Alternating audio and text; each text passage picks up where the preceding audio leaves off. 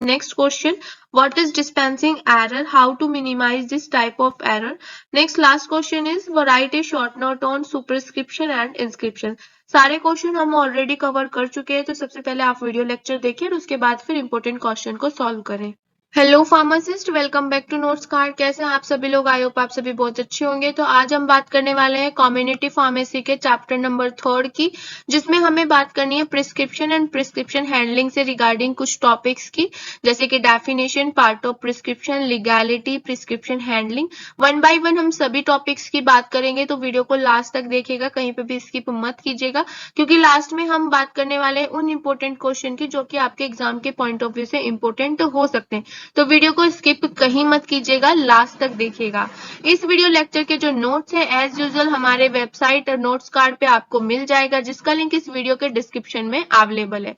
तो बिना देरी किए वीडियो को स्टार्ट करते हैं वन बाय वन टॉपिक से। सबसे पहले हम बात करने वाले प्रिस्क्रिप्शन की। प्रिस्क्रिप्शन क्या होते हैं? तो प्रिस्क्रिप्शन जो होता है एक रिटर्न लेटर होता है जो फिजिशियंस या किसी अदर मेडिसिनल प्रैक्टिशनर के द्वारा फार्मासिस्ट को दिया जाता है, जिससे वो सही से और एक्यूरेट, ठीक है, सेफ्टी से स्पेसिफिक मेडिकेशन को डिस्पेंस करे, कंपाउंड करे हर इंडिविजुअल पेशेंट्स के लिए। यानी कि हर इंडिविजुअल पेशेंट्स के लिए प्रिस्क्रिप्शन जो होता है वो डॉक्टर उसकी डिजीज के रिगार्डिंग जो मेडिकेशन लिखता है वो किसके पास जाता है? फार्मासिस्ट के पास जाता है, और फार्मासिस्ट उसको इजी तरीके से पढ़ के उसको जो भी मेडिकेशन चाहिए होती है वो डिस्पेंस करके पेशेंट्स को दे देता है। अब आप पूछ सकते हो कि भाई प्रिस्क्रिप्शन के क्या फायदे हैं?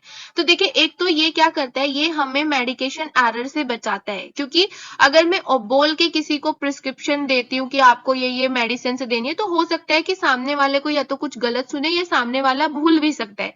तो इसीलिए प्रिस्क्रिप्शन जो है वो लिख के दिया जाता है, जिससे कि फार्मासिस्ट को भी क्या रहे, इजी रहे डिस्पेंस करने में मेडिकेशन को, और डॉक्टर्स जो हैं, जो फिजिशियंस हैं, उनको भी बार बार प्रिस्क्रिप्शन बोलना ना पड़े। तो ये क्या होता है? ये एक रिटर्न वर्क होता है जो फिजिशियंस के द्वारा होता है। देखिए, फार्मासिस्ट के पास अभी इतनी अथॉरिटी नहीं आई है कि वो प्रिस्क्रिप्शन लिख के दे, ये मैं आपको बता देती हूँ। अभी जो है वो फिजिशियंस और जो मेडिकल प्रैक्टिशनर होते हैं उनके पास इतनी अथॉरिटी होती है कि वो प्रिस्क्रिप्शन लिख के दे सकते हैं, लेकिन फार्मासिस्ट के पास नहीं होती है, ठीक है। प्रिस्क्रिप्शन जो है ये क्या है? एक डायरेक्ट लिंक होता है फिजिशियन, फार्मासिस्ट और पेशेंट। अगर आपने प्रिस्क्रिप्शन लिख के दिया है तो ना पेशेंट्स को परेशान होने की जरूरत है, ना बार बार फिजिशियंस को परेशान होने की जरूरत है, और ना ही फार्मासिस्ट को। जो फिजिशियंस ने लिख के दिया है फार्मासिस्ट उसको पढ़ेगा और उसके अकॉर्डिंग फिर मेडिकेशन को डिस्पेंस करके पेशेंट्स को दे देगा। नेक्स्ट हमारे पास आते हैं प्रिस्क्रिप्शन के पार्ट्स, यानी कि जो प्रिस्क्रिप्शन होता है वो कितने पार्ट्स में डिवाइडेड होता है।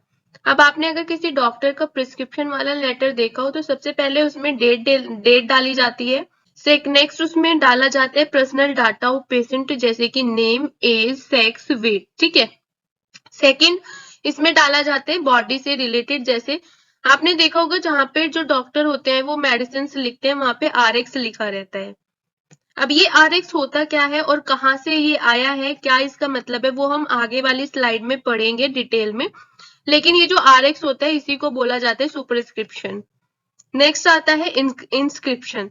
इंस्क्रिप्शन में लिखा जाता है कि कौन कौन सी टैबलेट उसको लेनी है फार्मेसी से, जैसे कि पैरासीटामोल लेनी है, डाइक्लो लेनी है, प्रोपेनोलोल लेनी है, एडिनोलोल, यानी कि जो भी उसको मेडिसिन से लेनी है, जो भी इंग्रेडिएंट्स उसको लेने हैं वो लिखा जाता है इंस्क्रिप्शन में।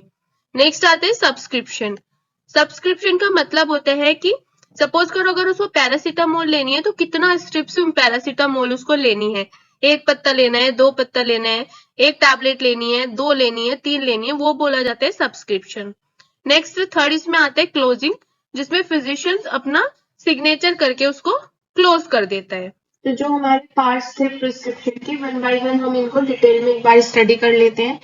तो सबसे फर्स्ट हमारे पास आता है हेडिंग। हेडिंग में हमारे पास आता है डेट, ठीक है। डेट जो है वो बहुत इंपॉर्टेंट फैक्टर है, ठीक है, पार्ट है प्रिस्क्रिप्शन का। डेट क्यों जरूरी है, ये बात आती है कि भाई डेट क्यों जरूरी है। तो आपने देखा भी होगा कि सबसे पहले जो प्रिस्क्रिप्शन लेटर होता है उस पर डेट डाली जाती है। डेट जो होता है, एक तो आपको पता चलता है कि कितने दिन की दवाई पेशेंट्स ने खाई है, ठीक है, कितने दिन की दवाई आगे चलनी है, या फिर पहले पेशेंट्स कब आया था, क्योंकि याद रखना तो पॉसिबल नहीं है कि भाई पेशेंट उस दिन आया था, क्योंकि एक दिन में बहुत सारे ऐसे पेशेंट्स आते हैं, तो डेट इसीलिए डाली जाती है कि जब वो दोबारा से पेशेंट्स आते हैं तो आपको पता चलता है कि आपने कितने दिन की दवाई दी थी, कब से ट्रीटमेंट चल रहा है और आगे कब तक चलाना है। दूसरी बात, आपने देखा भी होगा कि जो हमारा प्रिस्क्रिप्शन लेटर होता है उसमें सबसे पहले मतलब वही होता है कि भाई RX और डेट डाली जाती है, RX के थ्रू मेडिसिन लिखी जाती है।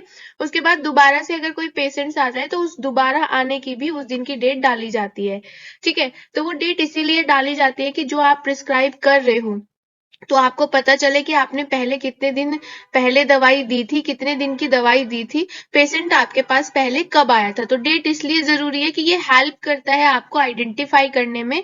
ठीक है, अगर पहले से आया हुआ है तो ठीक है, आप समझोगे कि हाँ मैंने इसको ये वाली टाइप की मेडिसिन दी थी और इतने दिनों से आपके पास कोई पेशेंट आ रहा है, तो आपके पास क्या रहेगा, एक रिटर्न में प्रूफ रहेगा। क्योंकि पर डे में 1000 पेशेंट्स आते हैं तो सबको याद रखना पॉसिबल नहीं हो पाता। ठीक है, उसके बाद फिर ये क्या करता है, डेट इसलिए भी जरूरी होती है क्योंकि देखिए जैसे प्रिस्क्रिप्शन होता है, अगर प्रिस्क्रिप्शन हम किसी पेशेंट्स को किसी नारकोटिक या फिर किसी अदर जो हैबिट फॉर्मिंग ड्रग होती है उनका अगर कोई प्रिस्क्रिप्शन दिया है, ठीक है, तो उस पर डेट डालना बहुत जरूरी है। क्यों? क्योंकि उसको कोई अदर मिसयूज ना कर ले। अगर आपके प्रिस्क्रिप्शन में डेट होगी ही नहीं तो वो बार बार वही प्रिस्क्रिप्शन दिखा के आप किसी भी मेडिकल स्टोर से नारकोटिक या कोई अदर हैबिट फॉर्मिंग ड्रग खरीद सकता है अगर उसमें डेट नहीं है तो। ठीक है, तो डेट इसलिए भी जरूरी होती है। उसके बाद आपको पता भी रहता है डे बाय डे पेशेंट्स का जो रिकॉर्ड रहता है वो भी आपका डेट से मेंटेन रहता है। लेकिन सबसे जरूरी ये वाली बात आप बिल्कुल इसमें याद रखेंगे कि जो नारकोटिक मेडिसिन होती है, क्योंकि आपको पता है कि नारकोटिक लेने के लिए आपको प्रिस्क्रिप्शन की जरूरत होती है, तो डेट वहां पे इसलिए नेसेसरी हो जाती है जिससे कि वो जो पर्टिकुलर प्रिस्क्रिप्शन है वो अपना डेट के अकॉर्डिंग मेंशन रहे कि भाई इस डेट में ये वाली मेडिसिन आप प्रिस्क्राइब कर सकते हो, उसका कोई अदर मिसयूज ना हो। पता चला 1 साल पहले का प्रिस्क्रिप्शन था, 1 साल बाद उसने, क्योंकि डेट तो डली हुई नहीं थी, तो उसने क्या किया, वहीं पे प्रिस्क्रिप्शन दिखाया और नारकोटिक मेडिसिन ले ली। लेकिन अगर डेट होगी तो आपको पता होगा कि ये कितने साल का या कितना पुराना पेपर है, प्रिस्क्रिप्शन है। ठीक है, सेकेंड इसमें आता है personal data of patient. Definitely सी बात है, जिसमें हम नेम, सेक्स, एज और एड्रेस इंक्लूड करते हैं, तो कहीं ना कहीं हमें क्या है, पेशेंट्स की एक आइडेंटिटी हमें पता रहती है। ठीक है, जैसे मैंने अभी बोला कि क्योंकि पर डे में बहुत सारे पेशेंट्स आते हैं तो सबका डाटा याद रखना पॉसिबल नहीं है, तो अगर आप उनका नाम, एज, सेक्स और एड्रेस डाल देंगे तो कहीं ना कहीं आइडेंटिफिकेशन में आपको हेल्प होगी। सबसे फर्स्ट आता है नेम। ठीक है, नेम और एड्रेस जो पेशेंट्स का लिखा जाता है प्रिस्क्रिप्शन में, वो इसलिए लिखा जाता है कि उसकी आइडेंटिटी, यानी कि आइडेंटिटी जो है वो बनी रहे और आइडेंटिफाई करे प्रिस्क्रिप्शन में। यानी कि आपको पता रहे कि प्रिस्क्रिप्शन किस टाइप का प्रिस्क्रिप्शन आपने इनको पहले दिया था। सपोज कीजिए 2 पेशेंट्स एक ही नाम के हैं लेकिन बीमारी उनको अलग अलग है। ठीक है, तो आप कैसे आइडेंटिफाई करेंगे? आपसे सपोज करो सुहेल नाम से कोई पेशेंट्स 2 हैं। ठीक है, मैंने बोला कि भाई सुहेल को ये वाली मेडिसिन दे रही हैं, तो आपको कैसे पता चलेगा? एक को फीवर हो रहा था और एक को क्या था, एलर्जिक कंडीशन थी। तो हो सकता है आपने जिसको एलर्जिक कंडीशन थी उसको फीवर समझ लिया, जिसको फीवर था उसको एलर्जिक कंडीशन समझ लिया। तो नेम और एड्रेस होना इसीलिए जरूरी होता है कि ये आइडेंटिफिकेशन में हेल्प करता है। ठीक है, कोई भी प्रिस्क्रिप्शन की आइडेंटिफाई को बताने में हेल्प करता है। नेक्स्ट इसमें आता है एज एंड सेक्स। ठीक है, एज एंड सेक्स में क्या है, स्पेशली ये मेनली चिल्ड्रंस के लिए हेल्प करता है। यानी कि जो पेशेंट्स हमारे चिल्ड्रंस होते हैं, जो जो चिल्ड्रंस बीमार होते हैं और प्रिस्क्रिप्शन के लिए डॉक्टर्स के पास जाते हैं, तो उनके लिए हेल्प होता है। क्योंकि आपको पता है कि डोज कैलकुलेशन जो होती है वो एज फैक्टर से ही होती है। ठीक है, चिल्ड्रंस के लिए इतना होगा, अडल्ट के लिए इतना होगा और जो ओल्ड होते हैं उनके लिए इतना होगा। ये आपको पता होगा कि जो डोज कैलकुलेशन होता है मेडिकेशन का, ठीक है, वो किसके अकॉर्डिंग होता है, एज फैक्टर के अकॉर्डिंग होता है। तो ये कहीं ना कहीं हमें उसमें हेल्प करता है। नेक्स्ट पार्ट में हमारे पास आता है बॉडी, जिसमें फर्स्ट हमारे पास आता है सुप्रिस्क्रिप्शन। सुप्रिस्क्रिप्शन यानी कि जिसको हम आरएक्स से रिप्रेजेंट करते हैं। आपने देखा भी होगा कि जो प्रिस्क्रिप्शन लेटर होता है डॉक्टर्स का, तो पर्सनल डिटेल के बाद वहां पे लिखा रहता है आरएक्स। ठीक है, आरएक्स के बाद ही वो क्या करते हैं, जो डॉक्टर्स होते हैं वो मेडिसिन लिखना स्टार्ट करते हैं। तो सुपरस्क्रिप्शन को आरएक्स से डिनोट किया गया है। ये क्या एब्रिविएशन है जो लैटिन वर्ड से आया था। ठीक है, इसका मतलब होता है रेसिपेयर या फिर आप इसको बोल सकते हो रेसिप। ठीक है, जिसका मतलब होता है टेक यू, यानी कि आपको कौन कौन सी मेडिसिन एज ए पेशेंट्स लेनी है। लेकिन पहले के टाइम पे क्या होता था, इसको जुपिटर का साइन माना जाता था, यानी कि जो ये आरएक्स सिंबल है इसको क्या माना जाता था, जुपिटर का साइन माना जाता था, यानी कि गॉड ऑफ हील माना जाता था। ठीक है, यानी कि जुपिटर जो भगवान थे उनसे हम प्रे करते थे आरएक्स सिंबल के थ्रू। जैसे होता है ना कि आपने देखा होगा कि कुछ जो पैम्पलेट्स वगैरह होते हैं तो कुछ उनपे ओम बना रहता है। ठीक है, यानी कि हम भगवान से प्रे कर रहे हैं, तो कुछ इस टाइप का सिंबल माना जाता था आरएक्स को। ये जो पर्टिकुलर सिंबल था ये एक रिक्वेस्ट होती थी भगवान से कि जितना जल्दी से जल्दी हो उस पेशेंट्स को रिकवरी मिले। ये कौन कर रहा है, ये डॉक्टर कर रहा है। जैसे आप लोग आज के टाइम में किसी अपने रिश्तेदार या फैमिली मेंबर के लिए आप भगवान के सामने जाके प्रे करते हैं, तो वैसे ही डॉक्टर का जो ये आरएक्स होता था उस बहुत पहले टाइम पे, तो आरएक्स को सिंबल माना जाता था जुपिटर का। ठीक है, तो इसका मतलब क्या होता था कि हम जुपिटर से प्रे कर रहे हैं कि जो पेशेंट्स है वो जल्दी से जल्दी रिकवर हो, इसीलिए इसको क्या बोला जाता है, गॉड ऑफ हील बोला जाता है। नेक्स्ट इसमें आता है इंस्क्रिप्शन। इंस्क्रिप्शन का मतलब होता है, अब आरएक्स हो गया, पर्सनल डिटेल हो गई, तो नेक्स्ट क्या करते हैं कि डॉक्टर दवाइयां जो पेशेंट्स को देनी होती है वो प्रिस्क्रिप्शन में लिखता है। तो यानी कि इंस्क्रिप्शन हम क्या मेंशन करेंगे, इंस्क्रिप्शन में हम वो इंग्रेडिएंट्स की क्वांटिटी मेंशन करेंगे जो हमें पेशेंट्स को देने हैं, यानी कि आप इंग्रेडिएंट्स उसमें मेंशन करेंगे। और ये क्या होता है, ये एक प्रॉपर मैनर में होता है, यानी कि प्रॉपर सीक्वेंस में होता है जो भी मेडिसिन आपको देनी है।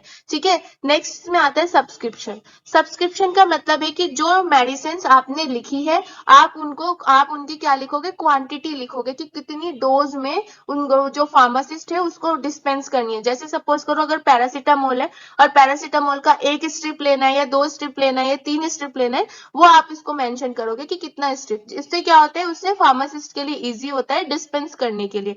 तो यानी कि जो भी आपने इंग्रेडिएंट्स अभी इंस्क्रिप्शन में लिखे हैं आप उनका डोज, नंबर ऑफ डोज लिखोगे।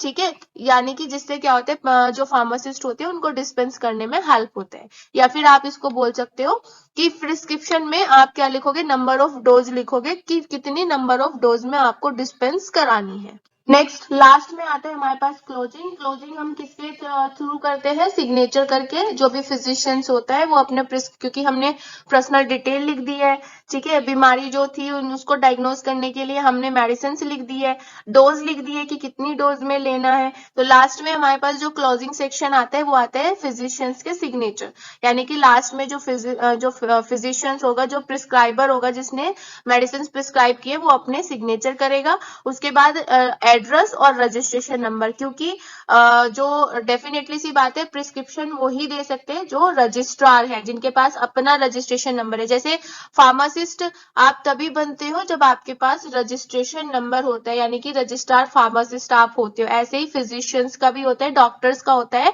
कि उनके पास भी अपना रजिस्ट्रेशन नंबर है। ठीक है, तो आप क्या कर सकते हो, आप एड्रेस मेंशन करोगे, रजिस्ट्रेशन नंबर मेंशन करोगे, लिखोगे उस पे। ठीक है, अगर आप कोई डेंजरस ड्रग आप यूज करते हो, डेंजरस का मतलब किसमें है, नार्कोटिक वगैरह जो मेडिसिन होती हैं जो बहुत ज्यादा सेंसिटिबल होती है किसी भी पर्सन के लिए, तो उस कंडीशन में आप डेफिनेटली ये मेंशन आप करोगे। यहाँ पे आपको जो ये शो हो रहा है ये एक प्रिस्क्रिप्शन फॉर्मेट है। आपने भी देखा होगा डेफिनेटली, आप जब हॉस्पिटल में गए होंगे, ठीक है, आप या तो किसी रिलेटिव्स को, फैमिली मेंबर्स को या खुद से जब गए होंगे, तो हर हॉस्पिटल का जो रहता है, हर फिजिशियंस का प्रिस्क्रिप्शन रहता है। ठीक है, वो ऐसे किसी अपने सिंपल पेज पे प्रिस्क्रिप्शन नहीं लिख सकता है। और प्रिस्क्रिप्शन फॉर्मेट जो रहता है वो सेम रहता है, बस कुछ चीजें चेंज होती हैं, जैसे हॉस्पिटल नेम चेंज हो गया या लोगो चेंज हो गया। तो यहाँ पे ये कुछ फॉर्मेट है, जैसे कि हॉस्पिटल नेम आता है, लोगो आता है, उसके बाद मैंने आपको हेडिंग्स बताई थी। जैसे फर्स्ट आता है पर्सनल डिटेल्स आती है जिसमें पेशेंट नेम और डेट आती है। ठीक है, डेट डेफिनेटली सी बात है, डेट को डालना जरूरी है, इससे हमें आइडेंटिफाई होता है कि हमने कब मेडिसिन पहले दी थी या कितने दिनों की हमने दवाई दी थी या क्या था। ठीक है, पेशेंट नेम, आपको ध्यान रखने वाली बात है कि पेशेंट नेम में हम कभी भी निक नेम पेशेंट का नहीं डालते हैं, उसका जो पूरा नाम होता है वो हम डालते हैं, एड्रेस डालते हैं और सेक्स। ठीक है, तो ये किस में आता है, हेडिंग में आता है। आरएक्स फिर मैंने आपको बताया था, RX किस में रहता है, सुपरस्क्रिप्शन में रहता है, जिसमें हम आगे इसके बाद क्या लिखेंगे, हेडिंग्स में क्या डालेंगे हम लोग, मेनली ड्रग्स के नाम डालेंगे, जिसको हमने क्या बोला था, इंस्क्रिप्शन बोला था।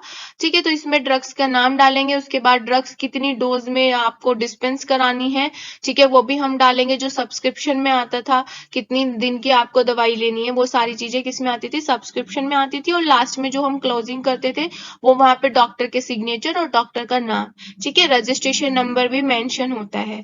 आज के टाइम में जो फिजिशियंस होते हैं वो अपना जो प्रिस्क्रिप्शन लेटर होता है उसको ऑलरेडी पहले से छपवा के रखते हैं, तो उसमें रजिस्ट्रेशन नंबर, हॉस्पिटल नेम, लोगो, ये सब मेंशन रहता है। बस उनको क्या करना है, सिर्फ पेशेंट की पर्सनल डिटेल फिल करनी है और मेडिसिन के बारे में फिल करना है। तो ये जस्ट जर्नल फॉर्मेट है, आप इसको अपने एग्जाम में बना सकते हो, आपको बेनिफिट होगा। नेक्स्ट टॉपिक हमारे पास आता है हैंडलिंग ऑफ प्रिस्क्रिप्शन या डिस्पेंसिंग प्रोसेस, यानी कि प्रिस्क्रिप्शन को कैसे हैंडल करना है और क्या डिस्पेंसिंग की प्रोसेस रहती है। तो कुछ यहाँ पे फॉलोइंग स्टेप्स है जो हम लोगों को फॉलो करने होते हैं प्रिस्क्रिप्शन के टाइम, यानी कि जब हम जो ये तब की प्रोसेस है जब डॉक्टर ने प्रिस्क्रिप्शन लिख दिया है और उसके बाद फिर आपको क्या करना है।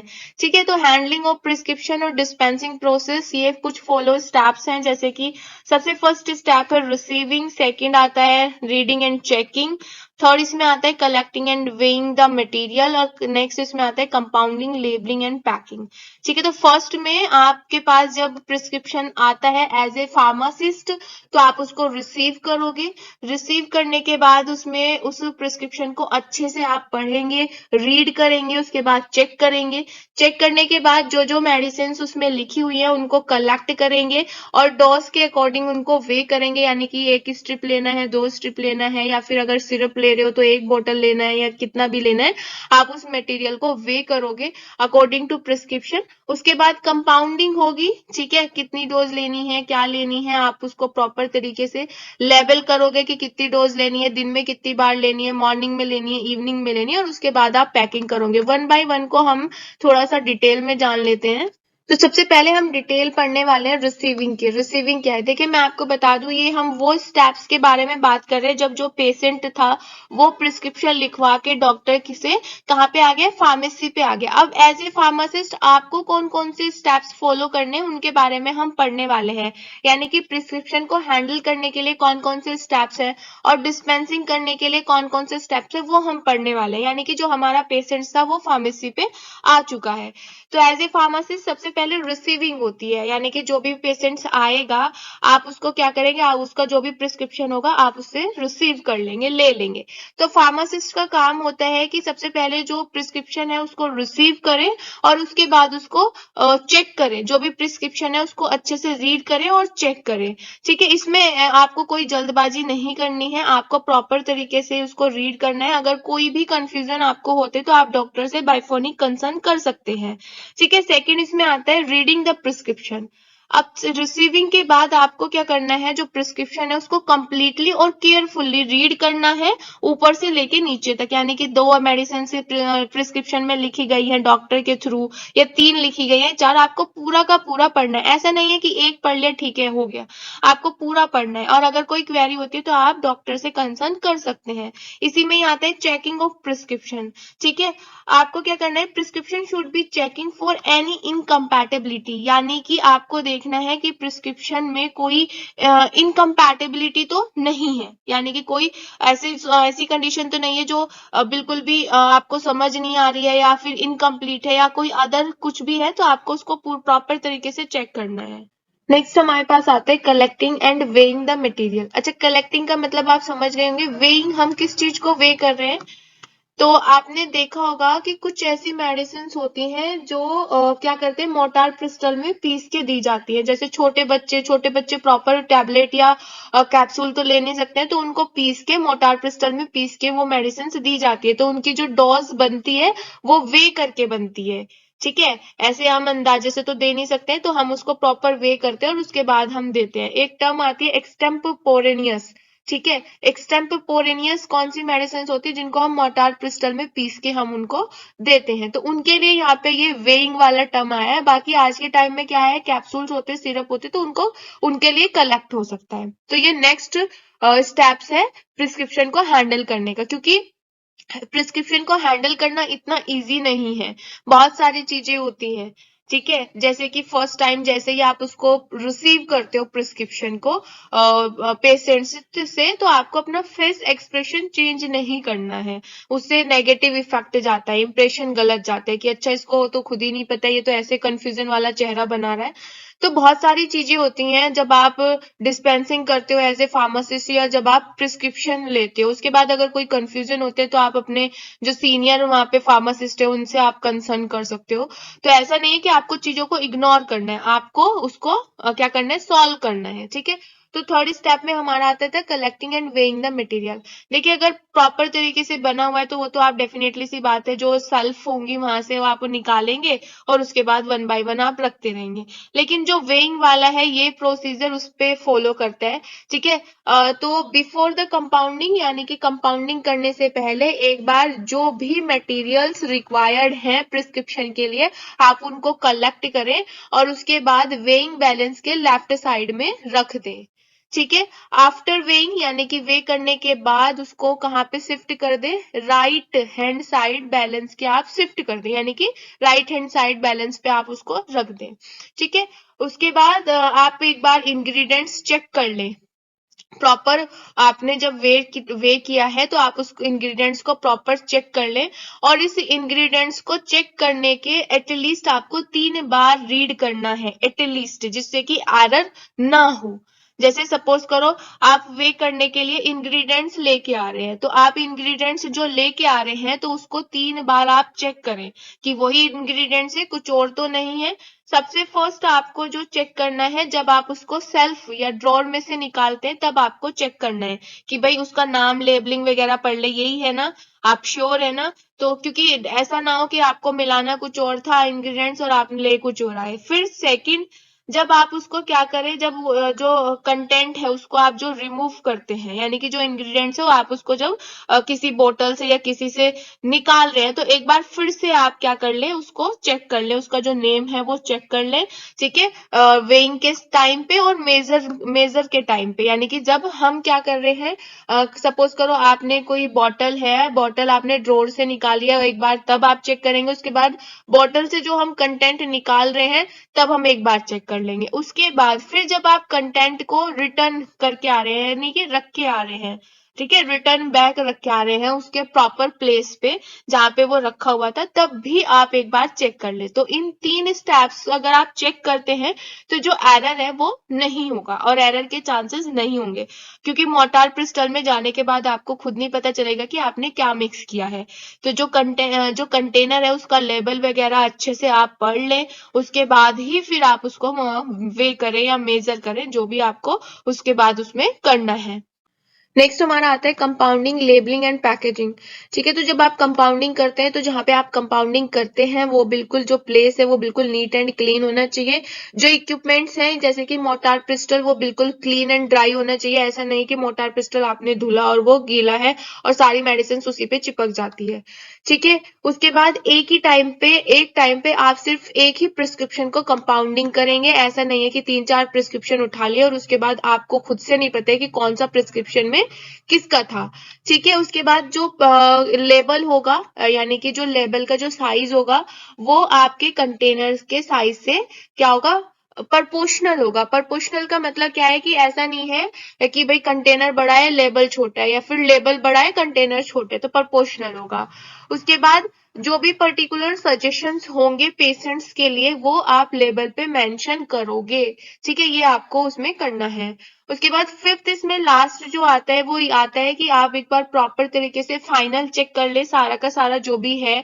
ठीक है, और उसके बाद जो पेशेंट्स है उसको मेडिसिन के जितने भी इंस्ट्रक्शन है, जो भी एडवाइस देनी है वो आप क्लियरली उसको पेशेंट्स को दे। ठीक है, ये लास्ट स्टेप इसमें बच जाता है। एक बार आप मेक श्योर हो जाएं खुद से, उसके बाद अगर कोई इंस्ट्रक्शन या कोई एडवाइस है पेशेंट्स के लिए तो आप वो उसको दे सकते हैं। ठीक है, यहाँ पे जो ये कंपाउंडिंग और लेबलिंग और पैकेजिंग की जो बात हुई है, ये उन मेडिसिन की बात हुई है जो मोर्टार पिस्टल में पीस के दी जाती है। आपने देखा भी होगा कि पहले टाइम में ऐसा होता भी था कि डॉक्टर क्या करते थे, जो दवाई होती थी खुली दवाई को पीस के और उसके बाद दे देते थे। नेक्स्ट टॉपिक हमारे पास आता है गुड डिस्पेंसिंग प्रैक्टिस। अब गुड डिस्पेंसिंग प्रैक्टिस डिस्पेंसिंग कौन करेगा? फार्मासिस्ट करेगा। ठीक है, जैसे आपने गुड फार्मेसी प्रैक्टिस पढ़ा था, तो फार्मेसी प्रैक्टिस को अच्छा बनाने के लिए आप कौन कौन से स्टैंडर्ड रूल रेगुलेशन अप्लाई करते हैं, वैसे ही डिस्पेंसिंग प्रैक्टिस को अच्छा बनाने के लिए आप क्या क्या कर सकते हैं। तो इसमें भी फार्मासिस्ट का ही रोल है। अगर फार्मेसी प्रैक्टिस अच्छी होगी तो डेफिनेटली सी बात है डिस्पेंसिंग प्रैक्टिस भी अच्छी होगी। ठीक है, तो सबसे कुछ स्टेप्स हैं। सबसे पहले तो आप इंश्योर कर लें कि जो राइट मेडिकेशन जो है, यानी कि उसी पर्सन के पास जाए जो उसको लेने आया है। Right patient right medication. ठीक है, उसके बाद डिजायर क्वालिटी कितनी है। ठीक है, डिलीवरी जो हो वो टाइम पे हो, करेक्ट हो। ठीक है, विद राइट डोज के साथ हो, यानी कि प्रॉपर डोज के साथ हो, स्ट्रेंथ के साथ हो, फ्रीक्वेंसी के साथ हो, डोजेस फॉर्म जो उनको चाहिए कितनी क्वांटिटी में चाहिए वो आप प्रॉपर देख लें। मिक्स बिल्कुल भी ना हो। ऐसा नहीं है कि आपने किसी दूसरे की मेडिसिन के साथ मिक्स कर दिया। एक टाइम पे एक पेशेंट को आप हैंडल करें, वो भी गुड डिस्पेंसिंग प्रैक्टिस में आता है। ठीक है, इंस्ट्रक्शंस जो है वो बिल्कुल क्लियर तरीके से वर्बल भी आप उनको समझा दीजिए, मतलब बोल के, और रिटर्न भी आप उनको बता दीजिए। ठीक है, इससे क्या होगा कि अगर उनको कोई भी कंफ्यूजन या कम्युनिकेशन गैप नहीं होगा।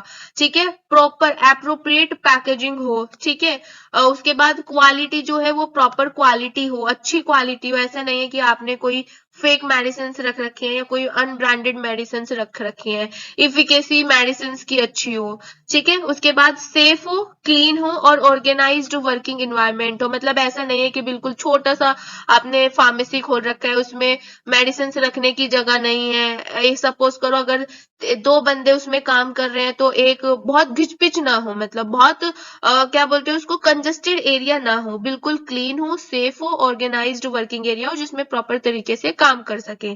ठीक है, ये सारी की सारी जितनी भी चीजें हैं ये सब किस में आती है? गुड डिस्पेंसिंग प्रैक्टिस में आती है। यानी कि डिस्पेंसिंग प्रैक्टिस को अच्छा बनाने के लिए आपको ये सारी चीजें अच्छा करनी ही पड़ेंगी। अब डिस्पेंसिंग प्रैक्टिस जो होता है वो किसके ऊपर डिपेंडेबल होता है? फार्मासिस्ट के ऊपर डिपेंडेबल होता है।